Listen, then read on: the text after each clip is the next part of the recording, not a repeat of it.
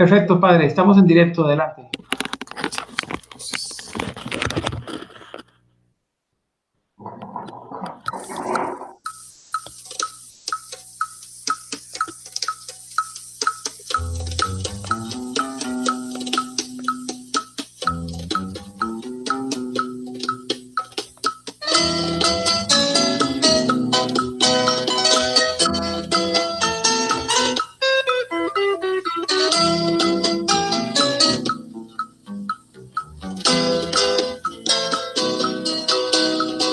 Pedro vive entre sus hermanos de negra piel, vive como quien muere para nacer, para nacer.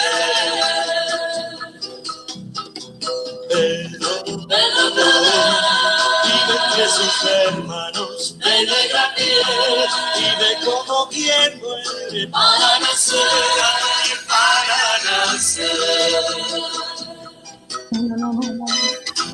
Fiel hijo de la iglesia, Pedro Claver, tu corazón jesuita, sencillo y fiel, tiene un negro destino como la piel de tus hermanos negros. Pedro Claver.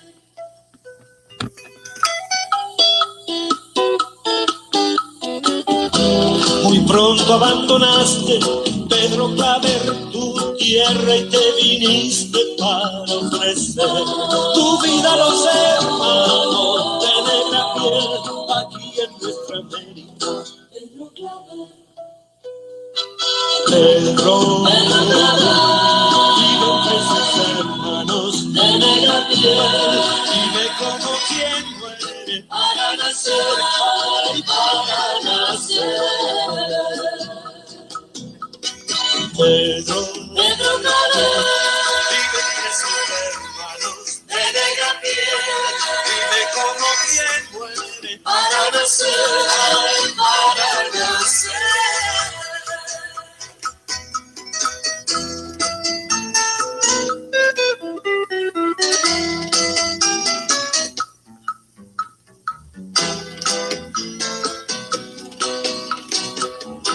La sangre derramada, Pedro Claver, de tus hermanos negros va a florecer. Sangre de martirio va a crecer con la fuerza de siglos. Pedro Claver.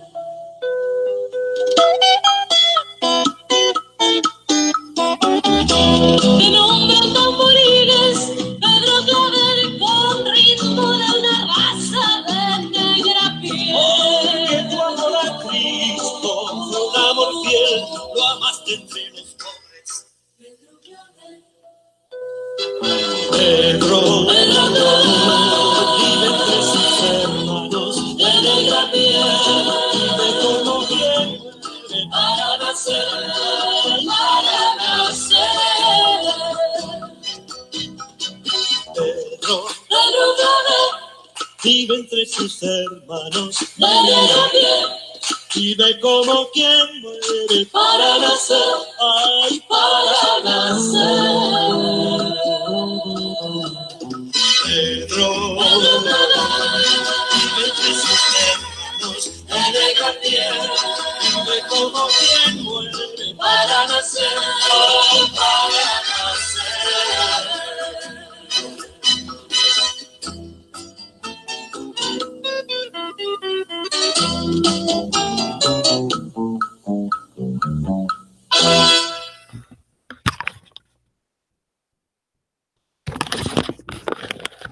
Bueno, mis queridos amigos y amigas de la Parroquia Sagrado Corazón de Jesús y todos los que se nos conectan para este espacio de encuentro y de reflexión, hemos iniciado ahora con esta linda canción dedicada a San Pedro Claver, en cuya novena estamos. Hoy estamos ya en el 8º día de la novena de San Pedro Claver, que cada día a las 5 de la tarde a través de nuestro perfil de Facebook se ha ido presentando pues con la bella y profunda preparación de nuestro coordinador de pastoral, Ender José Belandria.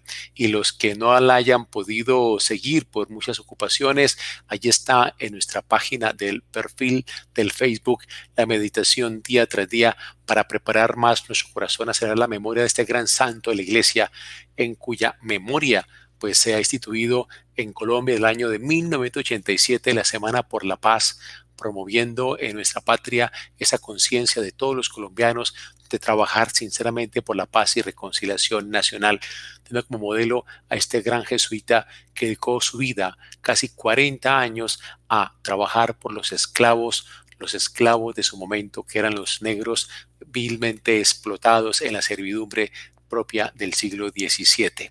Pues nos encomendamos a este santo hoy en este curso en que estamos, curso bíblico, para que también por su intercesión nos ayude a ti y a mí a entrar más en esa experiencia honda de Jesús, enamorarnos de la persona de Jesús y vivir tú y yo Jesús-mente en nuestra vida, que es lo que nos hace de verdad ser cristianos. En nombre del Padre y del Hijo y del Espíritu Santo. Amén. Y juntos invoquemos esa acción de nosotros, en nosotros de Dios mismo, orando la bella oración que Jesús nos enseñó. Padre nuestro que estás en el cielo, santificado sea tu nombre. Venga a nosotros tu reino. Hágase tu voluntad en la tierra como en el cielo. Danos hoy nuestro pan de cada día.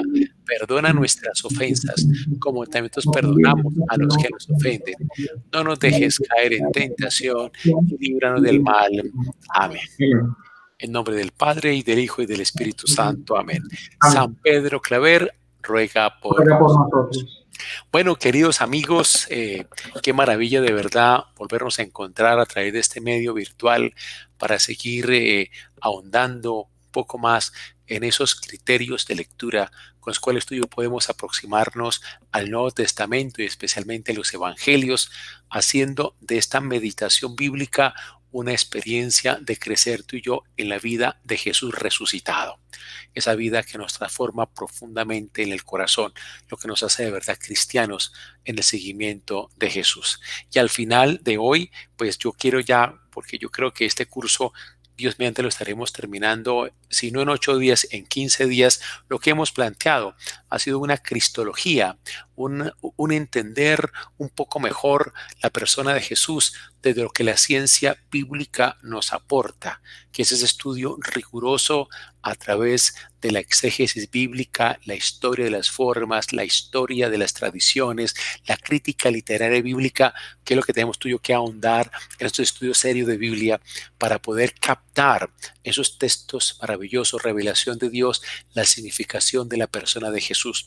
Eso es lo que hemos intentado hacer durante estas semanas, empezando la primera semana de Pascua, que recordemos que la motivación de este curso era entender quién era Jesús vivo y resucitado en nuestra vida, y qué mejor que acudir al Nuevo Testamento y los Evangelios para captar esa persona de Jesús. Y es lo que hemos hecho durante estas semanas, de lo que yo he pretendido, pues acudiendo al rigor de la ciencia bíblica, de la exégesis bíblica. Esto no son inventos míos ni opiniones mías, no, esto es de estudios muy serios de biblistas que han dedicado toda su vida al estudio serio de la palabra divina, de la palabra revelada. Yo les quisiera proponer hacia el final de la clase de hoy o del curso de hoy, pues unos 3 temas que pudiéramos seguir profundizando para seguir en continuidad de esta reflexión seria, rigurosa, no, desde la Biblia misma, claro está, en continuidad con esto que hemos planteado desde abril de este año. Voy a proponer 3 temas para que ustedes pues miremos cuál de esos 3 escogemos, o si tú tienes otro tema a partir de todo lo que hemos ido trabajando, proponlo también, lo proponemos. Entonces en 8 días, los que tengan inquietud de algún tema que queramos profundizar, proponlo a través del chat del Facebook de la parroquia. Nosotros los planteamos, hacemos una votación de los que han sido fieles en el seguimiento de este curso y optaremos por aquello donde mayor votación hay. Yo voy a proponer 3 temas y el que tú quieras proponer también, y lo sometemos a votación todos y escogeremos aquel que más nos llegue a la vida y al corazón. Bueno, entonces vamos a seguir, hermanos queridos, pues con el tema de hoy, recordando brevemente lo que hicimos hace 8 días. Hace 8 días estuvimos mirando el texto de Romanos, carta a los Romanos, capítulo 1, versículo 16, y ahí decía yo que está resumido en ese versículo no solo lo que llamaríamos la carta misma de los romanos en todo su sentido esencial, siendo esta una de las cartas escritas por el mismo San Pablo, sino también podríamos decir que está resumido todo lo que podría ser la obra paulina como tal, toda la vida de Pablo, su misión de Pablo. Te recordemos nosotros, pues, este texto, ¿no?, que proponíamos hace 8 días, Romanos 1:16. Hablo o leo la versión de Dios habla hoy. No me avergüenzo del Evangelio porque es poder de Dios para que todos los que creen alcancen la salvación. Entonces explicamos nosotros hace 8 días este versículo. Primero, cuando hablábamos del avergonzarse, decíamos nosotros que no era un sonrojarse, sino que era sentir pequeñez y fragilidad, e incapacidad e impotencia. Y aquí lo que dice Pablo es que él no se avergüenza, o sea, él no se siente empequeñecido, ni se siente aminorado por lo que es el mismo evangelio. ¿Y por qué? Explicábamos nosotros el sentido que tiene el mismo evangelio en cuanto que hace referencia a un Jesús crucificado, un Jesús sencillo y humilde crucificado. Y claro, Pablo está hablando a Roma, a la cabeza del imperio. Entonces, ¿cómo es posible que una persona que fue crucificado, que era la pena de muerte más horrible que había en ese tiempo para aquellos que eran considerados los peores criminales, alguien que fue nivelado con los sediciosos y criminales del momento y que muere en la más apartada de las provincias de la Roma imperial de ese momento, en la más detestable de esas regiones de esa provincia oriental que era Palestina, y allá en la misma capital, Jerusalén, que era siempre el foco de continuas revueltas contra el Imperio Romano, junto a un cementerio pobre y humilde anónimo, es ejecutado una persona que se le equipara a sediciosos, a malhechores, a criminales. ¿Y cómo es eso de que esa persona que murió en esa situación, en esa lejanía, en esa marginalidad, en esa discriminación, en esa estigmatización, es el que nos salva a todos? O sea, eso decíamos nosotros, en la mentalidad romana, con todas sus filosofías y antropologías y filosofías y con todos sus conocimientos de la época y con todo su poder, esto sonaría totalmente loco. O sea, y Pablo no se avergüenza, no se siente pequeño, no se siente aminorado, no se siente impotente. No, él va a reivindicar que este Jesús en cruz es la fuerza por la cual da vida Dios en nosotros y en nosotros hacia los demás. Eso es lo que está diciendo Pablo tan bellamente. Y claro, y hacíamos también un poquito esa reflexión, que tanto tú y yo creemos en esto que afirma Pablo, cuando de alguna manera nosotros creemos que a través del reconocimiento, del poder, de la imagen, de los medios, podemos ser efectivos en este mundo, o como cristianos, como iglesia, poder transformar este mundo. Para Pablo es solo la crucifixión en Jesús lo que es posible cambiar el mundo. Ninguna forma de poder, ni de imagen, ni de prestigio, ni de reconocimiento, ni de ensalzamiento sobre otros. La humildad, sencillez, humilde, la humildad de Jesús es lo que realmente nos hacen en el ser plenamente salvadores. Yo creo que viene un punto muy interesante para nuestra reflexión. Lo segundo, explicamos lo del Evangelio, y ya hemos explicado que el Evangelio no hace referencia a un hecho que aconteció hace 20 siglos. O sea, la muerte y resurrección de Cristo no es algo que pasó hace 20 o 21 siglos. No, sigue aconteciendo hoy en tu vida y en la mía. El Evangelio es un acontecer, un Jesús que nos transforma a ti y a mí en nuestra vida concreta. Y es en nuestra vida, en la tuya y la mía, donde se hace Jesús mismo presente, se hace histórico. O sea, el cuerpo resucitado no es el cuerpo glorioso. O lo que estoy diciendo, que es bastante serio. El cuerpo resucitado no es el cuerpo glorioso que está en el cielo, sino somos tú y yo haciéndolo presente en este mundo, realizándolo en este mundo. O sea, el cuerpo de Jesús es el cuerpo de los cristianos. Por eso San Pablo dice claramente: nosotros, la iglesia, somos el cuerpo de Cristo. Lo dice claramente, bellamente lo dice San Pablo. Cristo es la cabeza y tú y yo somos el cuerpo, es decir, tú y yo somos el cuerpo de Jesucristo. O sea, en nosotros se revela el mismo Jesús, se muestra en nuestra vida. Esto es realmente fascinante. O sea, Jesús, que es esencialmente invisible. El resucitado se hace visible a través de nosotros. Y eso nos da un criterio para entender los relatos de aparición del resucitado a los primeros que son testigos de la resurrección del Señor. O sea, son relatos preciosos y aquí lo explicamos en su momento cuando iniciamos este curso. No es tanto para hablarnos de unas apariciones apoteósicas, sino para hablarnos de cómo Jesús se visibiliza en aquellos que son sus testigos. O sea, personas que van viviendo en su vida como Jesús, entregados incondicionalmente por el bien de los demás, ellos van visibilizando al resucitado. Así hay que entender los relatos preciosos de las apariciones de Jesús resucitado después de su resurrección. Y ya hemos explicado todo el lenguaje simbólico, metafórico que eso trae y que tú y yo tenemos que como que ahondar mucho más en su comprensión. Pero aquí lo importante es eso, y es que el cuerpo resucitado somos nosotros. Nosotros le prestamos al resucitado nuestro cuerpo para hacerlo visible a través de nuestra vida, mostrándolo con nuestra vida a los demás, viviendo al estilo de Jesús. De lo contrario, Jesús no es histórico. Él es histórico a través nuestro. Él se hace histórico a través de nosotros. Nosotros somos el Jesucristo histórico. Bueno, y también explicamos en esa frase de Pablo lo que llamaba él el poder de Dios, que el poder de Dios o la fuerza de Dios es el Espíritu Santo. Poder de Dios, fuerza de Dios, dinames, douteo, es la expresión que usa el autor sagrado para indicar el Espíritu Santo, que nosotros, sino el Espíritu de Cristo resucitado. Y explicábamos cómo este Espíritu de Cristo resucitado lo que hace es liberarnos de nuestras esclavitudes, liberarnos de todo lo que nos esclaviza, nos libera de toda codicia que nos encierra en nosotros mismos. Eso es lo que hace el Señor, barrer todas nuestras esclavitudes. O sea, ¿para qué más sirve el Espíritu Santo? Para eso.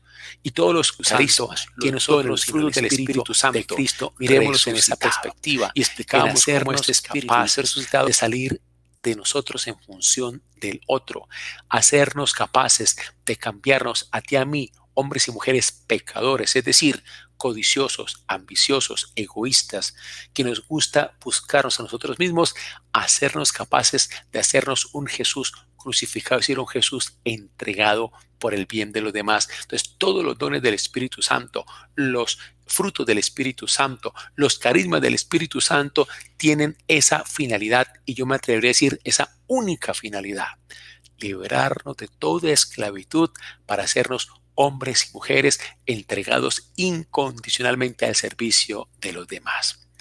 Y también terminábamos hablando de la salvación. Entonces, ¿qué es la salvación? Y la salvación es la liberación de toda esclavitud.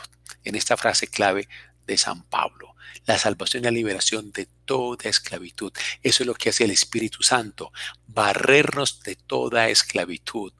Nos vacía el Espíritu de nosotros mismos para que vayamos a buscar al hermano y nos entreguemos a ese hermano incondicionalmente. Esa es la acción del Espíritu Santo. Lo que hace el Espíritu Santo es salvar, es volvernos a ti y a mí, hombres y mujeres crucificados. Explicar esto puede hacer que algunos se desanimen, porque ocurre que cuando hablamos de la salvación, la entendemos como el logro de aquello que en realidad desde el mundo nos esclaviza.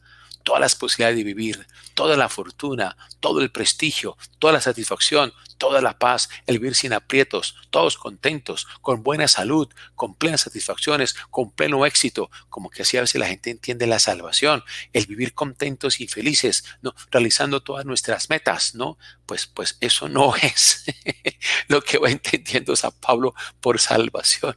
No es nada de eso, nada de eso. Para San Pablo es muy claro cuando nos decía en 2 Corintios 4, recordemos, llevamos por todas partes el morir de Jesús. En nuestro cuerpo lo manifestamos, es decir, en nuestra vida lo revelamos, perseguidos, pero no aplastados. Es decir, está hablando de toda esa entrega generosa por el otro. Eso es lo que realmente nos salva, eso es lo que nos salva. Por eso yo a veces me siento bastante interpelado, lo digo cuando a veces se acercan exalumnos nuestros, ¿no? De los colegios nuestros, colegios jesuitas, saben que el San Pedro Claver son los mejores colegios del país. Igual los otros 8 colegios de los jesuitas en el país son de altísimo nivel académico. La Universidad Javeriana, ahorita según un ranking que acaba de llegar el día de ayer de Higher International Education, dice que ahora la Javeriana es la mejor universidad del país, ya no de los Andes ni de la Nacional, sino la Javeriana. Bueno, bendito sea mi Dios, ¿no? Cuando se acercan, pues estos exalumnos a decirnos, o a decirme, o decirnos, gracias a ustedes, no, ahora yo tuve esta preparación académica, ocupé estos importantes cargos, estoy en esta multinacional, he aprendido estos desempeños profesionales, tengo este éxito académico, profesional, soy una persona realmente en la vida profesionalmente competente y muy preparado y muy realizado y que esa formación que ustedes nos dieron nos permitiera alcanzar todas esas metas, todos esos logros. Yo me pregunto un poco si nos hemos desviado del camino, porque yo creo que Dios no nos quiere solo para eso. Dios nos quiere es para servir incondicionalmente al otro, totalmente entregados al servicio del otro, no para lograr éxitos, no para lograr medallas de oro en desempeño académico o desempeño profesional o en éxito profesional o en cargos en altísimas multinacionales, no, dándonos gusto y con grandes abundancias materiales y económicas, no, y asegurando una larga vejez con gran longevidad y con gran paz y con gran bienestar. Pues no, esa no es la salvación. Por lo que hemos explicado, la salvación es librarnos de toda codicia y ambición para hacernos hombres y mujeres entregados por el otro, dados generosamente al otro. Es que es donde está el punto fuerte que nos dice San Pablo claramente en estos textos. Muy bien, y terminábamos nosotros hace 8 días cómo se logra la salvación, abriéndonos de corazón para que el resucitado funcione en nosotros. Cuando tú y yo nos abrimos al resucitado, Él es capaz de hacer posible lo que tú y yo es imposible de hacer. ¿Por qué? Porque tú y yo, por naturaleza, tendemos a replegarnos en nosotros mismos, a quedarnos en nosotros mismos, a ser en nosotros mismos, a satisfacernos en nosotros mismos, a buscar nuestra comodidad, nuestra zona de confort, a buscar nuestras seguridades. Eso es lo que tú y yo tendemos por propia naturaleza. Esa es nuestra condición humana natural. ¿Y qué es lo que hace el resucitado? Hace todo lo contrario. Nos hace salir de nosotros en función del otro. Por eso optar por el resucitado es optar para que el resucitado funcione. Y al funcionar el resucitado aparece el crucificado. Ese es el evangelio. Cristo resucitado nos hace a mí crucificados. Ese es el evangelio, ese es. Y no hay otra manera para acabar con el pecado. No hay otra manera, no hay otra manera. Hoy, otra dolorosa masacre en Zaragoza, Antioquia. Hasta el domingo pasado tenían otros 51 masacres en este país. O sea, una barbarie de muerte y de sangre movidas por ambiciones económicas, por políticas ideológicas. O sea, todo eso es la fuerza del mal que está presente aquí. Solo el resucitado, que nos hace capaces de salir al encuentro del otro buscando siempre su bien, es capaz de vencer el mal, el pecado que hay en nosotros, en ti, en mí y en nuestra sociedad. Por soberanía del resultado es como se vence el pecado. Y bueno, y terminamos hace 8 días, ¿no? Estábamos en esa diferencia, explicando la diferencia entre lo que Jesús anunció, reino de Dios, la soberanía de la acción creadora de Dios que nos inhabita a ti y a mí, que nos hace ser lo que Dios es, ser seres en salida, en salida hacia el otro. Reino de Dios, acción creadora de Dios, eso es el reino de Dios que Jesús anunció. Y la iglesia que anunció evangelio. Vemos que son distintos, pero son parecidos. Dijimos que el evangelio, y lo hemos explicado, que es el reinado de Jesucristo sobre cada uno de nosotros. Y la iglesia apostólica entendió que cuando Jesús hablaba del reino de Dios, el reino de Dios era Jesús mismo llegando al hombre. Ahora, la iglesia, cuando está concibiendo y está poniendo por escrito su confesión de fe en lo que es el Nuevo Testamento y en lo que son los evangelios que tú y yo conocemos, va a entender que Jesucristo vivo en el hombre es el reinado de Dios con un nombre que se llama Jesús resucitado. Esto quiere decir que Jesucristo es la acción creadora de Dios especializada en hombres y mujeres. Bueno, así terminamos nosotros hace 8 días. Me perdonan que yo pues a veces tomo un poquito de la clase que sigue para recordar la pasada, porque así nos vamos ubicando en lo que va continuando. Aquí la idea es que ahondemos, reflexionemos un poco más, repitamos, dice San Ignacio, la repetición es muy buena porque nos ayuda como a entender mejor las cosas. Bueno, entonces ahí quedamos y yo les planteaba una pregunta para meditar para hoy, y es la antropología que está subyacente a esto. ¿Cuál es? Es decir, ¿cuál es la antropología que está a la base? Es una antropología bastante rara y voy a explicarla, voy a tratar de explicarla.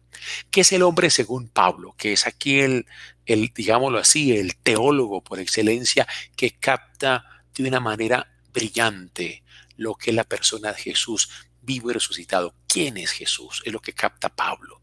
Pero para poder entender esto, ¿no? De esa inhabitación del resucitado que nos transforma en hombres y mujeres crucificados, necesitamos entender qué antropología está a la base, qué concepción de hombre está a la base.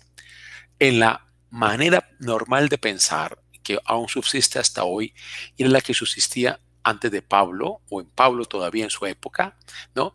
El hombre normal lo entendemos como un ser con 2 dimensiones, una dimensión material y una dimensión espiritual, material y espiritual. Pero ¿qué se entendía por material y qué se entiende por espiritual en tiempo de Pablo? Lo quiero explicar bien. La parte material, esto es nuestra parte orgánica, esto es nuestra composición física, la composición química, la composición biológica, fisiológica que tú y yo tenemos. Tú y yo estamos compuestos de átomos y esos átomos han sido de una manera especial enriquecidos y complejizados por leyes químicas, y las leyes químicas a su vez han sido también estructuradas. Todo lo que tú y yo químicamente somos y organizados en un nivel de orden superior en la parte biológica, todos los tejidos, los órganos y conexiones que constituyen orgánicamente nuestro cuerpo. Pero ocurre que tú y yo no somos solo una parte material que tiene ese sustrato físico de electrones y protones y neutrones, etcétera, ni químico, todos los componentes químicos que tú y yo tenemos y que nos hacen ser lo que tú y yo somos, no, sino también biológico, organizado de una manera sistemática, permitiendo un funcionamiento complejo y articulado, un desarrollo incluso en ese crecimiento como seres biológicos que somos nosotros, tú y yo, sino que además de esa realidad material, orgánica, tenemos una dimensión espiritual. Pero esa parte espiritual, ¿cómo se entendía en tiempos de Pablo? Como toda esa parte anímica, lo que nos mueve, lo que nos anima. Estamos hablando de los deseos, estamos hablando de la voluntad, estamos hablando de los sentimientos, estamos hablando de los pensamientos. Todo esto que es la parte anímica que está presente en nosotros, lo que nos anima, lo que nos hace mover. Ya no estamos hablando solamente de los, digámoslo así, de la parte física, biológica, sino que estamos hablando de aquello que nos anima y que nos mueve, la parte del alma como se entendía en ese momento. Entonces aquí, en la mentalidad del momento, alma y espíritu serían equivalentes para hablar de aquella esa realidad no material que nos anima, que nos hace mover, que es como nuestra parte espiritual porque se distingue lo material. Bueno, pero ¿qué ocurre? Que para San Pablo, todo esto que he acabado de escribir, como la parte orgánica, física, material, y la parte espiritual entendido como la parte anímica, lo que nos anima, lo que nos mueve, sentimientos, emociones, pasiones, pensamientos, deseos, toda es la parte anímica. Para Pablo, todo eso era cuerpo. O sea, para Pablo, el cuerpo es eso. Cuando tú y yo leamos en las cartas de Pablo el cuerpo o leamos la carne, vamos a entender allí esa unidad que es un compuesto de 2 dimensiones distintas, lo orgánico material y lo anímico, lo emocional, lo sentiente, ¿no? Lo que apasiona, los pensamientos que mueven, los deseos. Esa es la unidad que llama Pablo cuerpo. Y Él concibe, ¿no?, como espíritu, y es un espíritu con E mayúscula, lo que es el espíritu de Cristo resucitado que obra en ese cuerpo. Entonces, si ustedes me están entendiendo bien, para Pablo habría dentro del cuerpo como cuerpo un espíritu, pero con E minúscula. Esa E minúscula son los deseos, pensamientos, anhelos, intereses, pasiones, emociones. No, toda esa parte emotiva que nos constituye es un espíritu con E minúscula. Y además de eso hay un espíritu con E mayúscula que es Jesús vivo y resucitado actuando en cada uno de nosotros.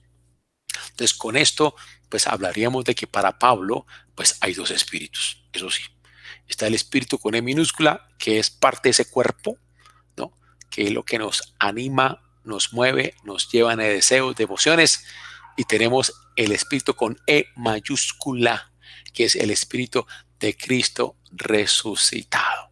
Entonces, por lo tanto, para Pablo, el hombre que es cuerpo, que incluye ese espíritu con E minúscula, y es también espíritu, que es el resucitado mismo que actúa en nosotros. Entonces, por eso nosotros podemos entender afirmaciones de Pablo donde habla de dos espíritus. Si ustedes quieren y tienen la Biblia de la mano, vámonos a Romanos capítulo 8, versículo 14 al 17. Romanos capítulo 8, versículo 14 al 17, ¿no? Repito, Romanos capítulo 8, versículo 14 al 17, y vea pues cómo lo plantea aquí Pablo. Yo estoy aquí con la versión de Dios habla hoy.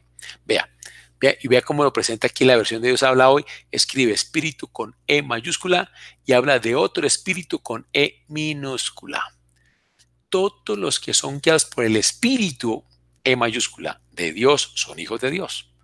Pues ustedes no han recibido un espíritu E minúscula de esclavitud. Está hablando del espíritu, de esa parte anímica que hace parte de nuestra materialidad, de nuestra realidad cósmica, ¿no? Deseos, pasiones, pensamientos, anhelos, búsquedas personales, gustos. Es el E minúscula.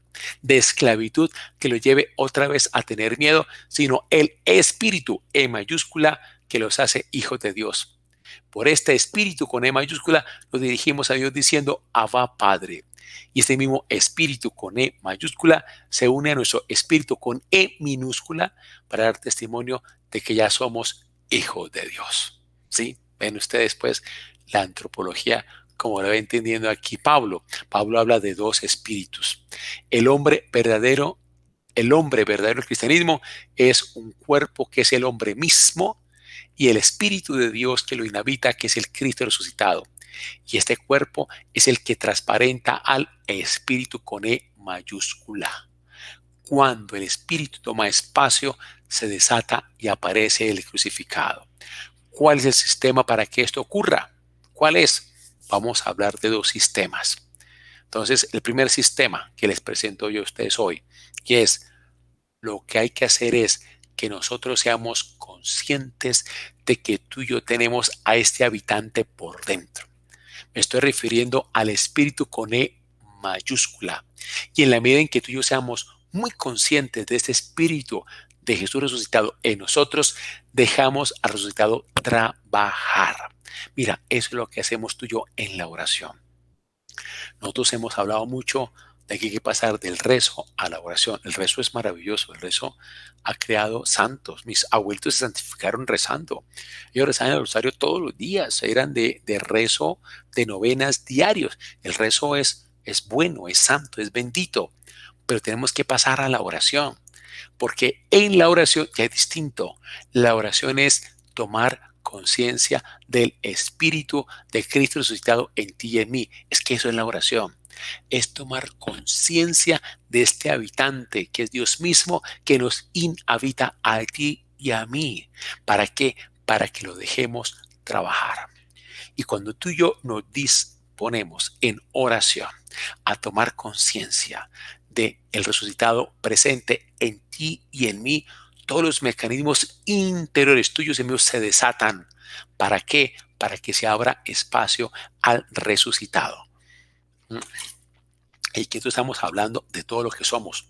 Cuando oramos, oramos con la mente, oramos con el corazón, oramos con todo nuestro cuerpo, oramos con todo nuestro ser.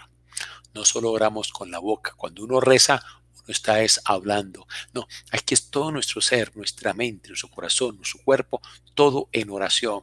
Entonces, cuando tú y yo tomamos conciencia de este resucitado habitando en nosotros, se desatan mecanismos y se abren espacios donde el resucitado se hace más presente en nosotros.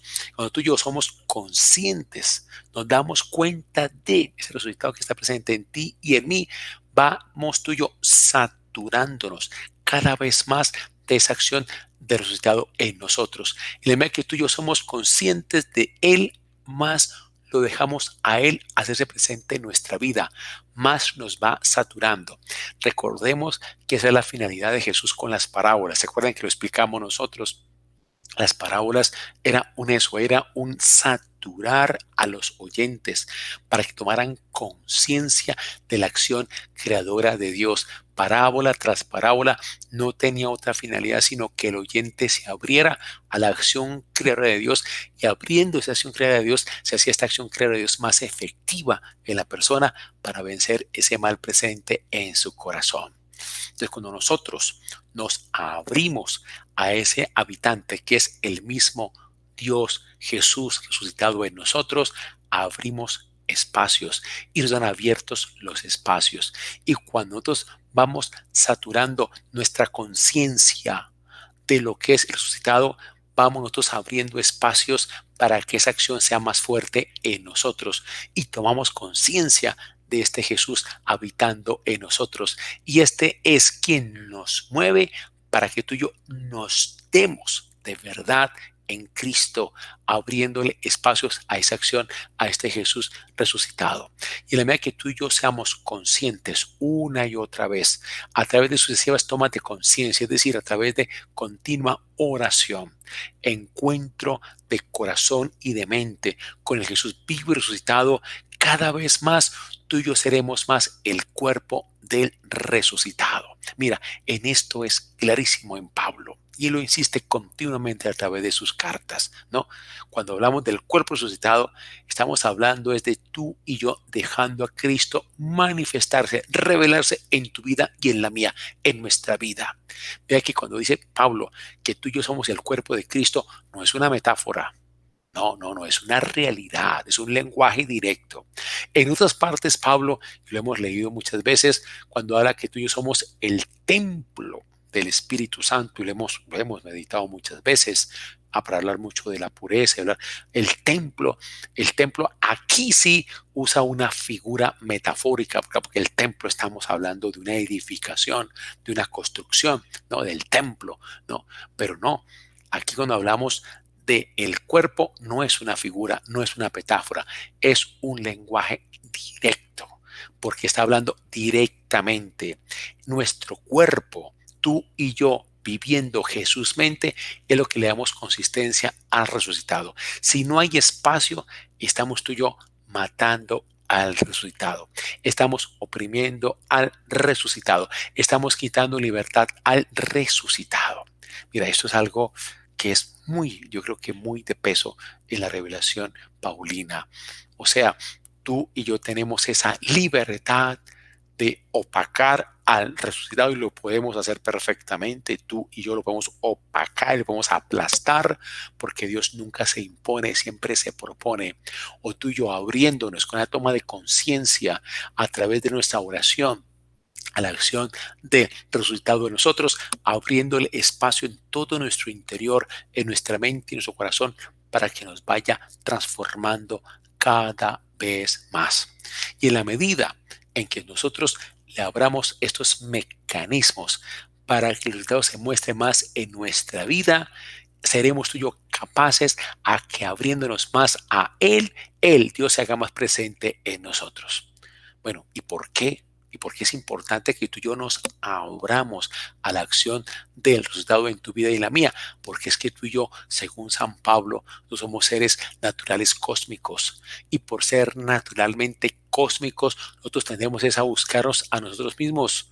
y nuestro espíritu con E minúscula, esa parte anímica que hace parte de nuestra materialidad, que está incluida en nuestra materialidad, deseos, anhelos, ambiciones, gustos, apetencias, recuerdos, memorias, pensamientos, gustos, toda esa parte anímica, ese espíritu con E minúscula, ese continuamente nos está argumentando, nos está dando razones para que nosotros pidamos siempre lo que queremos y nos da razones para que le demos gusto a nuestros sentidos, nos da razones para que le demos gusto a nuestras ambiciones y codicias y satisfacciones y emociones y sentimientos y nos da razones para que nos abramos siempre a lo cósmico, al natural cósmico. Eso lo plantea muy claramente Pablo en sus cartas. En cambio, el resucitado, que es el espíritu con E mayúscula, siempre nos está sacando de lo cósmico para trascendernos y sobre todo trascendernos hacia el otro, que eso es lo fascinante. O sea, tú y yo nos trascendemos cuando empezamos a trascendernos hacia el otro, hacia el encuentro con el otro, hacia dar vida siempre al otro. Eso es. El primer sistema que plantea San Pablo es ese, el tomar conciencia, el darnos cuenta de el que tú y yo en la oración afirmamos ese abrir nuestra mente y corazón a la acción del resucitado que nos habita, que está presente en ti y en mí. Es el primer sistema. El segundo sistema, para que tú y yo nos abramos a la resurrección de Cristo, es el que nos muestra el mismo Pablo a través de sus cartas. Y de allí ya que ella vaya echando una cuñita, que ese puede ser un tema precioso para tú y yo continuar después de este curso que terminamos en 8 o 15 días, que ahondáramos mucho más en el pensamiento de Pablo, que es realmente fascinante. El segundo sistema nos lo muestra Pablo. ¿Cómo se anuncia el Evangelio en Pablo? Hay que recordar con ustedes que la teología que hoy manejamos es paulina. Es paulina. Casi todo el Nuevo Testamento es de influencia paulina. Recordemos que Pablo llegó tarde porque Pablo no fue del grupo de los primeros apóstoles ni discípulos de Jesús. No, Pablo aparece en escena cuando ya habían crucificado a Jesús. Y recordamos que en Hechos de los Apóstoles se nos habla de Saulo como aquel que estaba siendo testigo del martirio de Esteban, el protomártir cristiano. Entonces Pablo llegó tarde, pero fue el que salió primero, porque Pablo ya empezó a escribir, el primero que empezó a escribir lo que era Jesús. ¿Quién es Jesús? ¿Qué significado tiene la persona de Jesús? Es lo que empieza a hacer Pablo. Sí, Pablo, cuando aparece en escena, la iglesia ya está funcionando. Ya Cristo hacía rato que había muerto y resucitado, pero es el primero que empieza a escribir. Los primeros textos del Nuevo Testamento son de Pablo. La primera carta que se escribe del Nuevo Testamento es la de Pablo, primera carta a los tesalonicenses, año 51. Los evangelios son muy posteriores. Marcos, lo hemos dicho acá, se escribe en el año 70. Ha pasado 19 años entre la primera carta de Pablo, primera carta a los tesalonicenses, hasta que se escribe Marcos. Es más, Pablo, hasta el momento de su muerte, alcanza a escribir 6 cartas. La primera carta a los tesalonicenses, la carta a los Gálatas, la carta a Filemón, primera y 2 de Corintios y la carta a los romanos. Es lo que escribe Pablo él en vida y lo escribe antes de su muerte, año 64, año 66. Bueno, el punto cuál es, que él cuando va a sistematizar de alguna manera lo que es la significación de la persona de Jesús, lo hace a través de sus textos, de sus cartas, que es lo primero que se escribe del Nuevo Testamento. Y esta significación de Pablo, de quién es la persona de Jesús resucitado, actuando en todos nosotros, es lo que va a permear todo el Nuevo Testamento y también va a permear lo que es la teología cristiana hasta el día de hoy. Ahora, es interesante decir esto, ¿no? Que Pablo, cuando aún vivo él, sin haber muerto, era visto como un hereje. El tiempo en que Pablo estuvo en Éfeso, un par de años, fue el tiempo más amargo. Tenía noticias de Jerusalén que lo tenían por hereje. Tenía noticias de Corinto que lo tenían por embaucador. Pablo murió en la angustia más grande. ¿no? Él mismo veía que su propia iglesia, que él mismo había ayudado a animar y a formar en comunidades crecientes en las poblaciones que él visitaba como apóstol, lo tenían por hereje. Y cuando va a Roma, no se sabe si era porque quería morir en Roma o porque quería evangelizar en Roma. Lo más probable es que era por evangelizar. Y aún así estuvo en cárcel. Y en una cárcel hay mucho por hacer. Evangelizar en una cárcel. Eso fue lo que hizo Pablo en sus últimos años de vida, porque Pablo era un loco por la evangelización. Ahora, toda doctrina teológica, por principio, viene de Pablo, como una revelación.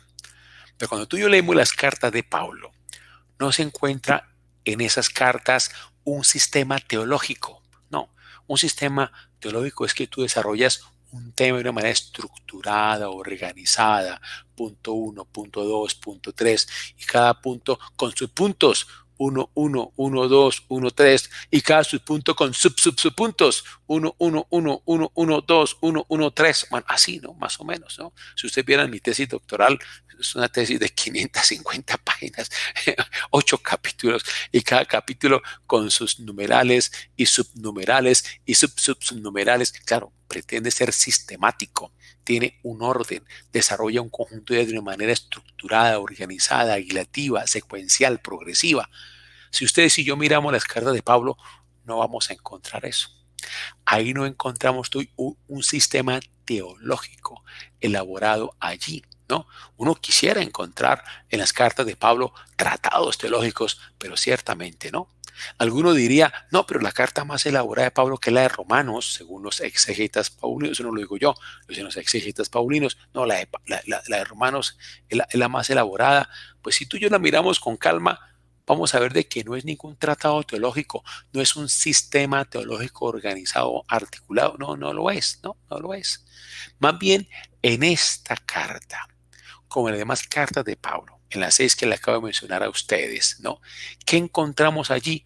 Un modelo de evangelización. Eso es lo que encontramos. Y sabemos nosotros, ¿no? Por lo que nos dice pues, la misma tradición de la iglesia, y lo encontramos en el catecismo de la iglesia también, Pablo fue un auténtico evangelizador. Y que en Pablo vemos a un gran misionero de la iglesia. Es el que abre la iglesia a los gentiles. ¿Quiénes son los gentiles? Todos nosotros, tú y yo. ¿Un gentil quién es? El que no es judío. Tú no eres judío. Yo tampoco soy judío, a menos que haya alguno aquí en el curso que sea judío. Pero tú y yo no somos judíos. Entonces todos los que no son judíos, pues son gentiles. Somos gentiles, tú y yo. Y Pablo lo que hace es abrir la iglesia al mundo gentil. Es el gran misionero de la iglesia en el mundo gentil. Ahora, viene como esta pregunta, que es una pregunta muy razonable. ¿No sería razonable decir que lo que Pablo anuncia de Jesús cuando él misioneramente iba recorriendo toda el Asia Menor, Grecia y Roma, ¿no? Más la costa mediterránea que él también misionó? ¿No es razonable pensar que lo que él dice en su misión evangelizadora no es lo mismo que lo que está escrito en sus cartas?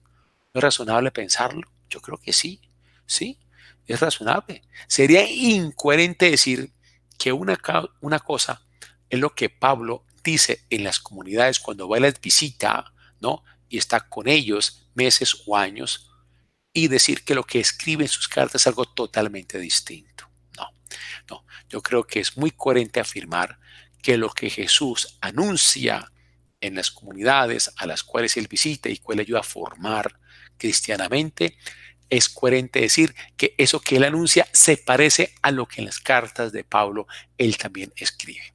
En la primera carta a los tesalonicenses, la carta a los Gálatas, la carta a Filemón, 1 y 2 de Corintios, que son 4 cartas, por cierto, unidas, ensambladas en 2, y la carta a los romanos. O sea, es coherente decir de que hay similitud entre lo que él privadamente o verbalmente decía en las comunidades y lo que en las cartas públicamente escribía y daba a conocer. Entonces, según esto, ¿qué son las cartas de Pablo? Y déjenme decirles esto, que esto, repito, esto no lo estoy diciendo yo, sino exégetas dedicados seriamente al estudio paulino. Las cartas de Pablo son especialmente autobiográficas. autobiográficas. ¿Y en qué sentido autobiográficas? En que Pablo a través de ellas nos va contando su propia experiencia de fe, y con esa experiencia de fe él va iluminando lo que acontece en cada una de las comunidades en las cuales él escribe. Si tomamos, por ejemplo, Filipenses, la carta a los Filipenses, que está escrita a los habitantes de Filipos, Pablo le cuenta a los filipenses lo que está sintiendo, lo que le pasa por dentro, lo que experimenta, lo que vive. Si tú y yo tomamos 1 y 2 de Corintios, mira, es todo un monumento a la evangelización. Es todo lo que siente Pablo, lo que vive Pablo, lo que le pasa a Pablo. Si ustedes miran la lectura de estos días que hemos seguido en la lectura de la misa diaria, se está tomando de la carta a los Corintios, ¿no? Y vean ustedes toda la parte testimonial que está presente allí en lo que Pablo nos comunica. Entonces, cuando Pablo él pretende o busca solucionar un problema de una iglesia, por ejemplo, como la iglesia de Corinto, hoy en la carta que escribe de la lectura del Evangelio, de la misa de hoy, la primera lectura que es llamada de los Corintios, donde habla del caso de una situación ahí bien complicada de incesto, ¿no? Ahí lo que Pablo está haciendo es buscando solucionar un problema de esa iglesia, contando desde su propia experiencia de fe, ¿no? Lo que en él acontece, el resucitado en él aconteciendo, es lo que va iluminando de su experiencia de fe esa situación problemática que está viviendo la comunidad. Entonces, si tú y yo vamos a mirar esto, evangelizar, como lo presenta Pablo, es contar o hacer claro lo que le sucede desde la resurrección del Señor. Y si tú y yo miramos otros ejemplos de profundo impacto en la historia de la iglesia, vamos a encontrar también datos autobiográficos de grandes seres que han vivido en el planeta y que han impactado profundamente a la humanidad. Por ejemplo, Teresita del Niño Jesús. Todos sabemos esta gran santa de la iglesia, Santa Teresa de Lisieux, ¿no? Francesa, que junto con San Francisco Javier son los patronos de las misiones en el mundo, ¿no? Esta extraordinaria mujer escribió una obra que se llama Historia de un alma, que es su propia autobiografía. Este libro, déjenme decirles, es el que más seres humanos ha cambiado después del Evangelio.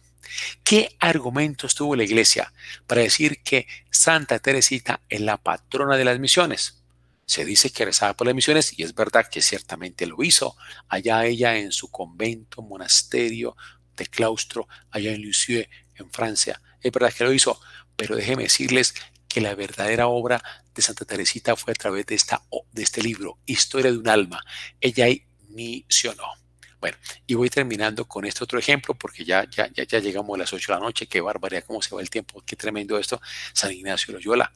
San Ignacio de Loyola, él mismo, pues no lo escribió, sino que él dio testimonio a un de los primeros jesuitas, González de Cámara, y él cuenta su propia autobiografía. Y créame que es un texto fascinante que valdría la pena, creo yo, en nuestra parroquia que lo pudiéramos promover mucho más y estudiar más como parroquia confiada a los jesuitas, conocer desde San Ignacio la experiencia del resucitado en él, que lo hizo ser el misionero y apóstol que fue San Ignacio y el fundador de la Compañía de Jesús y el inspirador de la espiritualidad ignaciana que sigue marcando la vida de la iglesia profundamente desde el siglo XVI, XVII, XVI. Bueno, entonces la autobiografía es impactante en San Ignacio y que lo que cuenta San Ignacio allí, lo que hizo Dios en él. Bueno, entonces queremos dejar aquí yo creo que dejemos esta idea abierta.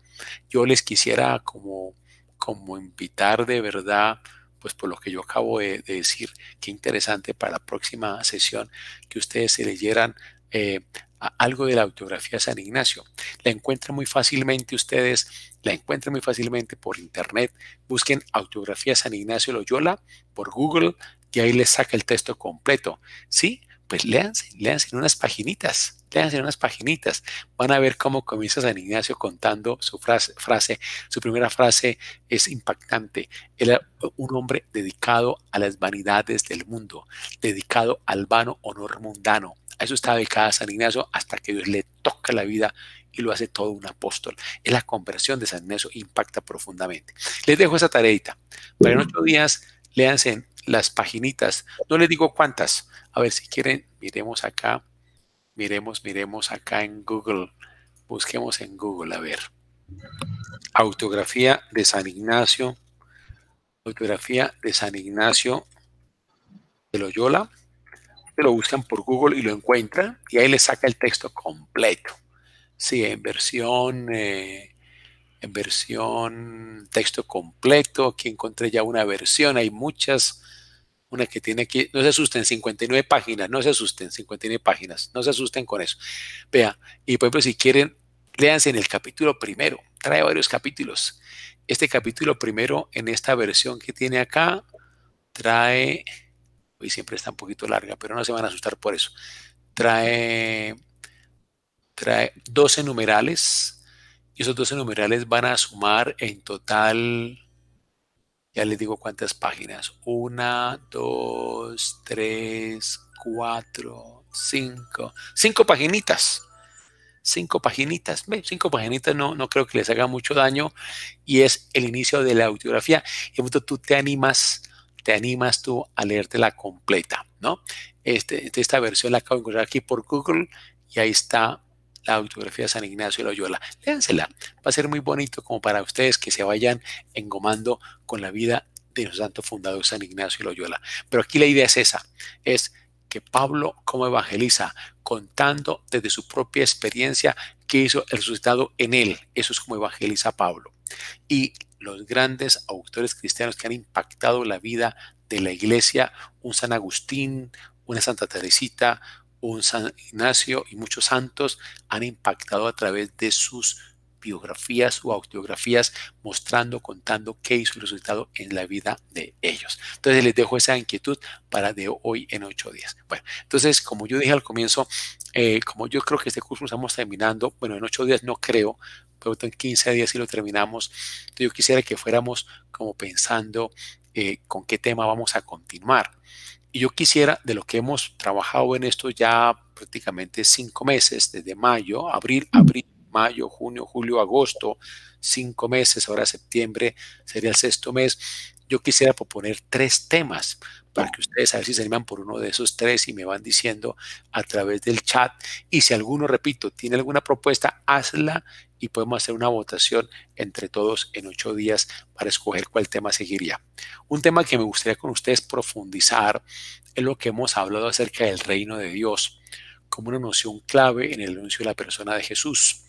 Entender el reino de Dios es entender la vida y obra de Jesús mismo y lo que Él resucitado quiere obrar en ti y en mí en nuestra vida actual. El reino de Dios es algo esencial. Otra noción muy importante para poder trabajar, me parece a mí, es lo de Pablo. Lo he mencionado una y otra vez. Es el primer teólogo, por decirlo así, que entiende quién es la persona de Jesús y lo escribe en sus cartas y por lo que yo ahorita decía, todo el Nuevo Testamento y la teología actual es de inspiración paulina. Vale la pena estudiar un poquito a San Pablo y tratar de entender quién es él y de hecho continuamente nosotros en las lecturas de la liturgia de la palabra de la Eucaristía diaria y dominical nos aparecen cartas de Pablo, ya sean las escritas por él o las escritas por sus discípulos inspirados por él. Entonces vale la pena ahondar en San Pablo también, desde esto que hemos explicado de la persona de Jesús vivo, resucitado en nosotros. Y tercero, otra noción muy importante es la iglesia como tal y entendiendo la iglesia en nuestra vida sacramental.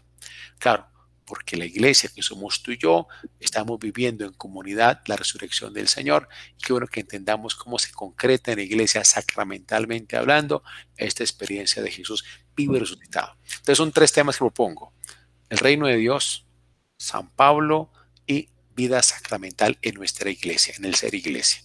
Si alguno, eso es como para ahondar lo que estamos haciendo, porque este curso, lo que he pretendido yo es que tengamos como una visión general, digámoslo así, una visión de conjunto, como cuando uno ve de conjunto un gran bosque, pero luego queremos ahondar más y nos metemos por ciertos senderos del bosque a mirar en detalle ciertos árboles. Entonces, después de eso, esta visión en conjunto, en la cual hemos pretendido dar como unos criterios generales para que tú y yo saquemos más provecho de la lectura y meditación de la revelación del Nuevo Testamento y sobre todo, yo diría, de un leer inteligentemente inteligentemente, captando la significación allí presente desde una confesión de fe en Cristo vivo y resucitado, captar lo que el Nuevo Testamento nos quiere en su conjunto decir, lo que pretendió con este curso, podemos ahondar un poco más en ciertos conceptos claves, ya sea o lo del reino de Dios, que es un concepto fundamental,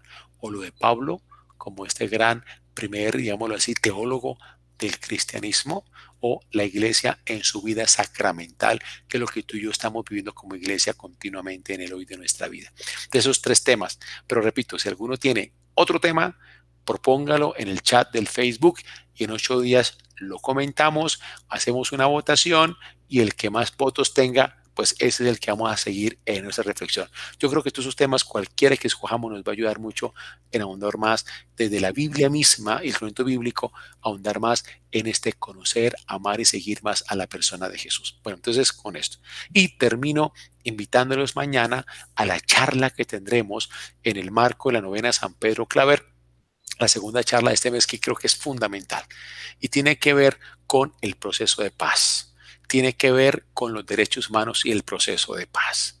El próximo 26 de septiembre se cumplirán 4 años de haberse firmado el acuerdo de paz entre el gobierno del expresidente Juan Manuel Santos y las extintas FARC en Cartagena. Todos acordamos de ese evento, ¿no? Y llevamos 4 años de ese proceso y es, creo yo, relevante que como cristianos realmente estemos como muy al tanto de qué ha ido pasando con ese proceso y de la importancia de seguirlo promoviendo. Hay ciertas ideas que cunden en el ambiente y que vale la pena analizar tú y yo como personas críticas y reflexivas, que no nos gusta comer entero, no, que incluso están diciendo que toda la violencia que estamos viviendo y esas masacres que están pasando ahora es resultado del proceso de paz. Qué pena que mitifiquen de esa manera y tergiversen a través de una noticia que es falsa, lo que llaman los fake news, generando una opinión adversa a un proceso que es realmente relevante e importante de cara a la reconciliación nacional y la paz del país. Entonces, qué importante de verdad que como personas serias, tú y yo, que nos gusta estudiar, que nos gusta mirar argumentos, mirar razones, defender las instituciones democráticas, tener una visión amplia y rica con conocimiento de causa y no opiniones soltadas por ahí irresponsablemente a través de los medios, que tú y yo realmente ahondemos más en lo que el proceso de paz significa, lo que tiene que ver con los derechos humanos en Colombia, que es esencial porque eso es defender la vida humana en toda su dignidad, y tú y yo como cristianos comprometidos en esa causa. Y si no somos cristianos, diría como seres humanos con buena conciencia y responsables de construir humanidad en nuestra patria Colombia. De mañana nos va a acompañar ni más ni menos, y le agradecemos a Ender José Belandria, nuestro coordinador pastoral, que hizo esa maravillosa gestión. Nos va a iniciar mañana la charla el actual ministro de Justicia, el que está ahorita de reemplazo de la doctora Margarita Cabello, que ustedes saben fue nombrada procuradora de la República.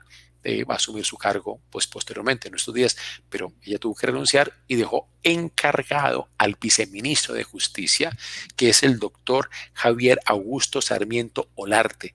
Es el actual ministro de Justicia encargado y es el que mañana va a abrir nuestra presentación. Gracias a Ender José por este gran contacto. O sea, no vamos a tener mañana cualquier persona, a una gran autoridad, un gran responsable del funcionamiento de la justicia de nuestra patria querida.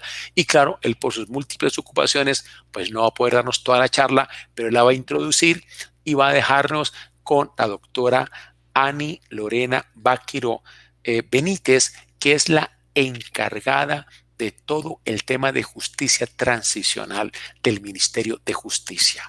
Entonces tenemos una charla de altísimo nivel, de personas muy comprometidas con lo que tiene que ver con la justicia en Colombia, desde el proceso de paz y lo que es los derechos humanos.